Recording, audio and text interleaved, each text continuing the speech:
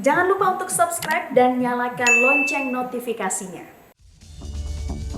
Sebetulnya kita tidak fokus pada warna. Kenapa saya bilang tidak fokus dengan warna? Karena di Jakarta ini mobilitas penduduknya itu lintas wilayah. Pagi tinggal di Jakarta Timur, siangnya bekerja di Jakarta Barat, malamnya kegiatan di Jakarta Pusat. Jadi orang itu mobilitasnya tinggi. Itu menjadi relevan kalau Anda berada di wilayah yang pagi, siang, sore, malam, Anda di satu wilayah yang sama.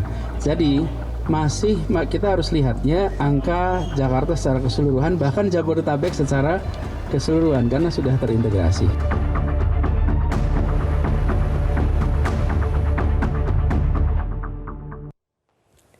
Pemirsa, jumlah kasus harian COVID-19 di DKI Jakarta menunjukkan laju penurunan. Selain itu, jumlah pasien yang sembuh meningkat. Namun, dari sisi jumlah kasus kumulatif, DKI Jakarta masih menjadi yang tertinggi secara nasional. Berdasarkan data Satgas Penanganan COVID-19 selama 10 hari terakhir, jumlah kasus harian COVID-19 di DKI cenderung di bawah jumlah pasien yang sembuh. Jumlah kasus harian dari 3 November hingga 12 November berkisar antara 580 kasus hingga 1.100 kasus per hari. Sementara jumlah pasien yang sembuh rata-rata 900 sampai 1.000 orang per hari.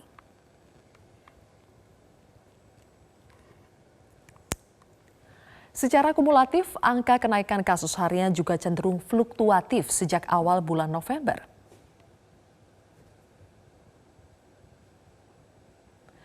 Sementara total kasus positif COVID-19 di DKI Jakarta per 13 November sebanyak 116.207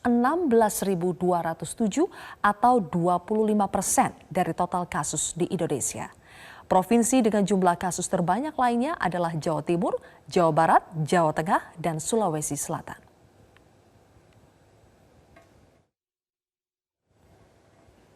Terdapat berbagai relaksasi aturan pada masa PSBB transisi DKI Jakarta dari tanggal 9 hingga 22 November. Beberapa di antaranya adalah membuka kembali bioskop dan mengizinkan kembali resepsi pernikahan digelar di gedung dan hotel dengan syarat tetap menerapkan protokol kesehatan. PSBB DKI Jakarta diperpanjang hingga 22 November mendatang. Sebagian besar aturan yang berlaku sebelumnya dalam masa PSBB transisi DKI Jakarta masih tetap berlanjut.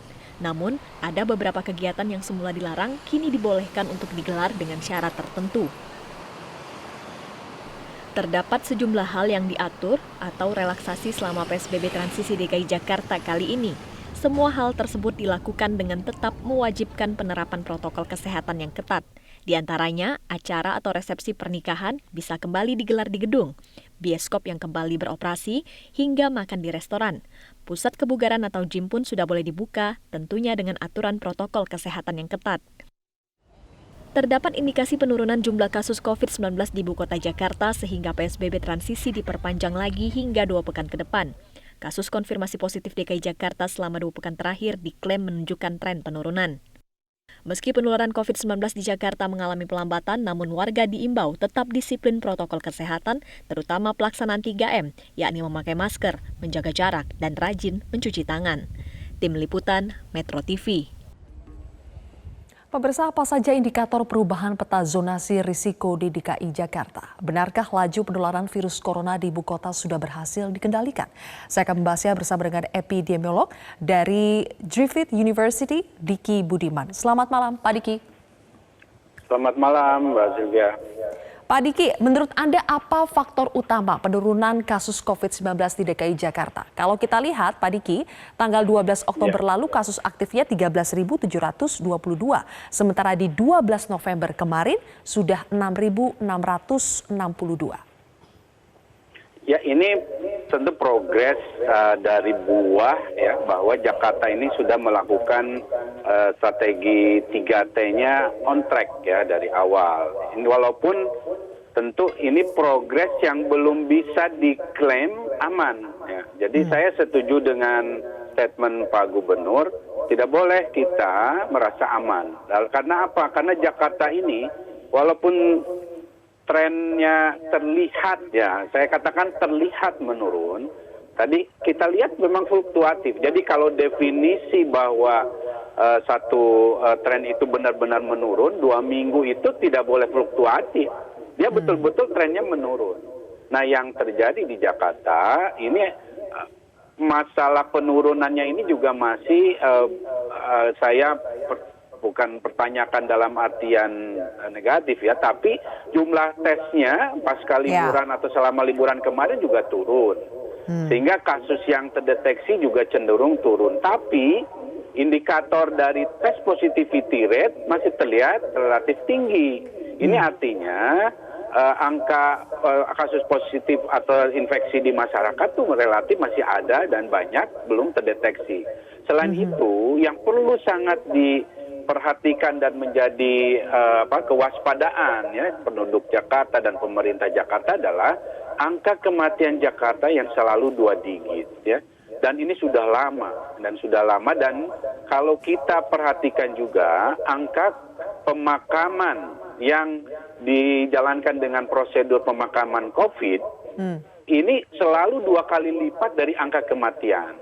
Malah pada September lalu ada yang sampai 4 kali lipat. Nah, ini artinya angka kematian itu adalah indikator akhir dari satu pandemi. Yang artinya kalau indikator akhir itu muncul, ini ada sesuatu yang serius nih, yang sudah berjalan kronis ya. Artinya ada satu misalnya keterlambatan dalam deteksi dini akibat testing yang belum memadai sesuai dengan eskalasi pandeminya. Walaupun betul kita apresiasi DKI cakupan testingnya paling bagus di Indonesia. Tapi ini belum sesuai dengan eskalasi dari pandeminya. Artinya masih harus terus ditingkatkan. Nah, sama juga dengan tingkat nasional juga sama, apalagi di daerah-daerah lain dengan penduduk yang tadi banyaknya Jawa Timur, Jawa Tengah, Jawa Barat tuh PR-nya besar, jauh lebih besar dari Jakarta. Tapi ini yang harus sekali lagi saya tekankan, jangan sampai sudah ada memang progres, tapi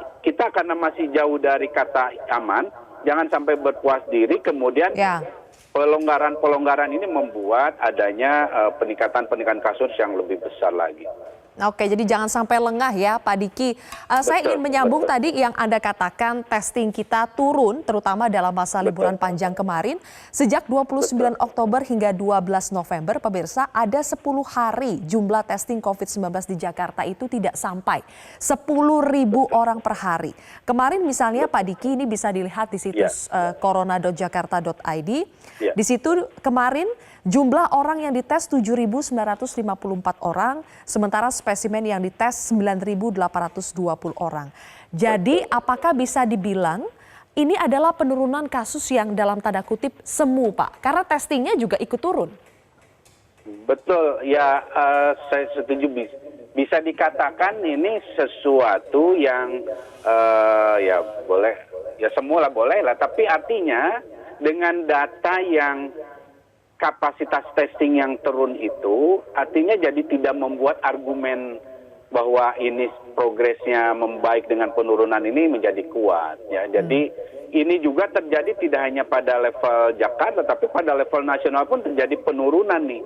Dan harus diingat pada sekitar 1 bulan pasca aksi demo 9 September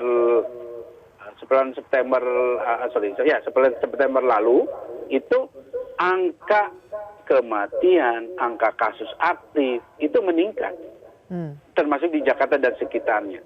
Nah, ini belum terlihat seluruhnya karena apa? Karena kapasitas testing yang tadi disebutkan itu menurun dan ini berbahaya. Ya kalau penurunan ini karena begini, kalau test positivity rate itu untuk mencapai di bawah 5% itu pembaginya itu adalah jumlah total dari testing yang dilakukan pada orang. Jadi kalau pembaginya diperkecil, otomatis nilainya itu akan cenderung jadi besar. Si tes positif artinya akan jauh dari target yang kita kita arahkan, termasuk cenderung kita akan menjadi luput dalam mendeteksi kasus infeksi. Oke, Pak Diki, tapi nyatanya meskipun demikian dari peta zonasi warna ya Pak, risiko COVID-19 di DKI Jakarta, berubah Pak warnanya dari merah kemudian menjadi oranye, 5 wilayah menjadi oranye atau risiko sedang, kemudian 1 wilayah di Kepulauan Seribu itu menjadi kuning atau zona yang rendah ya, risiko rendah. Nah, apa sebetulnya indikator yang harus dipenuhi supaya dari merah itu bisa berubah menjadi oranye, Pak? Ini kan bagi sebagian orang adalah kabar yang menggembirakan. Jakarta sudah bebas dari zona merah. Iya. Ini saya dari awal salah satu yang agak mengkritik ya sistem zonasi yang diterapkan. Karena indikatornya walaupun saat ini saya lihat sudah ada masuk test positivity rate ya. Tapi ini juga yang dikeluhkan beberapa waktu lalu oleh Gubernur Jawa Timur. Jadi kalau ada daerah yang angka kematiannya katakanlah daerah A itu sudah ada angka kematian misalnya 5 tiap hari ya rata-rata. Kemudian ada daerah B yang tidak ada angka kematian, 0 angka kematian. Tiba-tiba daerah B itu ada angka 1 kematian. Nah, daerah A yang mungkin orange atau bukan merah dia, orange misalnya. Nah, si daerah B yang tiba-tiba ada angka kematian 1 itu, yang tadinya hijau bisa langsung jadi merah, gitu. Kurang lebih seperti itu.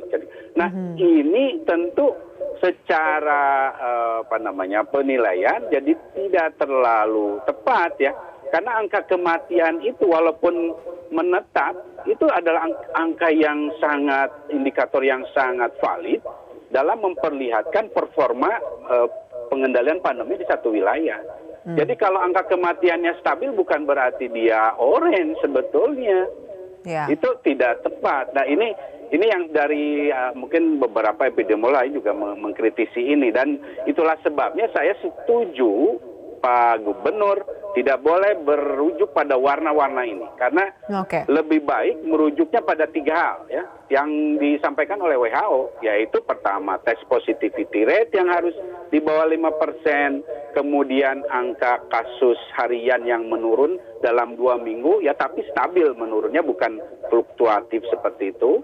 Kemudian adalah tidak ada angka kematian atau 0 angka kematian setelah setidaknya 2 minggu. Nah ini yang harus dijadikan target dari setiap daerah di Indonesia.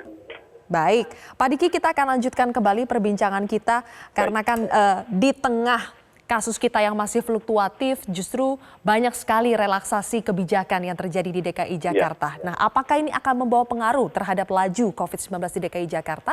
Kita akan bahas nanti. Pemirsa, Prime Talk akan kembali sesaat lagi.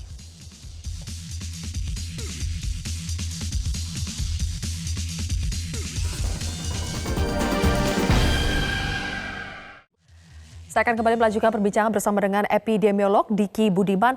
Pak Diki, kalau dari segi kebijakan di DKI Jakarta sebetulnya makin ke sini kan makin longgar ya Pak, makin banyak relaksasi. Misalnya bioskop bisa kembali beroperasi, kemudian juga resepsi pernikahan bisa digelar kembali di gedung atau di hotel. Nah, apakah sebetulnya pelonggaran ini akan mempengaruhi angka kasus COVID-19 di DKI Jakarta? Tentu akan sangat berpengaruh, karena kalau bicara dari indikator ya secara ideal belum saatnya. Kalau mau bicara jujur secara indikator dari WHO ya tentang pelonggaran dari angka kematian, dari kasus harian maupun dari test positivity rate. Nah ini yang tentu harus jadi semacam peringatan tidak hanya untuk pemerintah dan juga termasuk masyarakat bahwa pelonggaran ini sudah dalam artian bonus banget ya, bonus besar yang artinya jangan diperparah lagi dengan adanya pengabaian terhadap protokol, terhadap juga physical social distancing. Misalnya katakanlah bioskop buka. Nah, harus benar-benar dipastikan ada regulasi yang benar dan tegas terkait COVID-19 safety plan yang spesifik ya, spesifik untuk setiap jenis usaha. Misalnya akan berbeda soalnya untuk bioskop, untuk restoran dan lain sebagainya. Katakanlah di bioskop itu harus selain memang online untuk pemesanannya. Tapi kalau misalnya dia punya 4 teater, dia harus mengatur pembukaan teaternya nggak boleh bersamaan. Juga harus ada dipastikan petugas yang membersihkan ruang bioskop itu atau teater itu yang sudah dilatih, sudah memahami apa yang Ya. harus dibersihkan, bagian mana, bagaimana, cairannya seperti apa.